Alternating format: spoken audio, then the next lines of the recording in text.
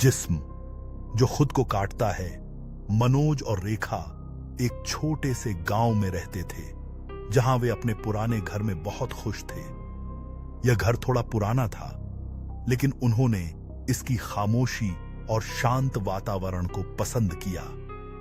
लेकिन कुछ ही दिनों में इस घर में अजीब घटनाएं घटने लगीं।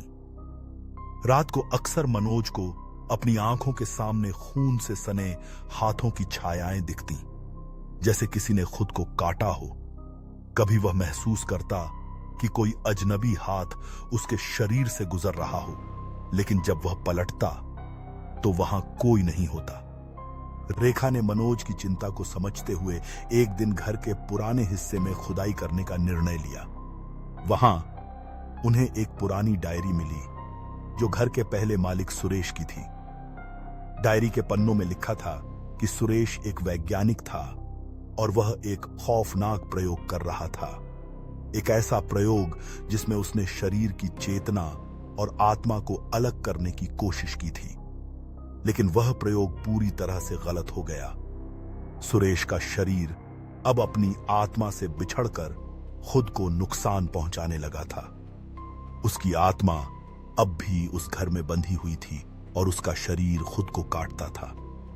रेखा ने डरते हुए मनोज से यह कहानी साझा की, लेकिन मनोज ने इसे बस एक अफवाह समझा और चिंता करने की बजाय काम पर ध्यान दिया। फिर एक दिन मनोज को उस खौफनाक चीज का अनुभव हुआ जिसका वह डरते थे। रात के समय जब वह सो रहा था, अचानक उसके शरीर में तेज दर्द हुआ। जैसे ही उसने आंखें खोली, उसने पाया कि उसके हाथों पर खून के निशान थे।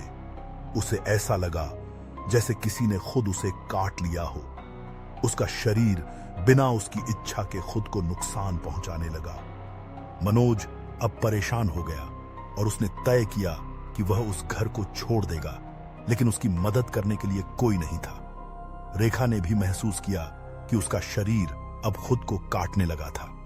जैसे जैसे समय बीतता गया, दोनों का मानसिक और शारीरिक स्वास्थ्य बिगड़ने लगा। उनका शरीर खुद को लगातार काटने लगा और रक्त बहने लगा, जैसे किसी और के हाथों से यह किया जा रहा हो।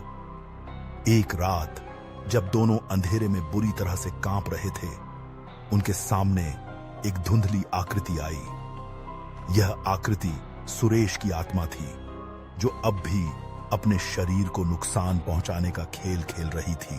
उसकी आत्मा ने कहा, यह घर अब मेरा है और अब तुम दोनों भी मेरे जैसे बन गए हो।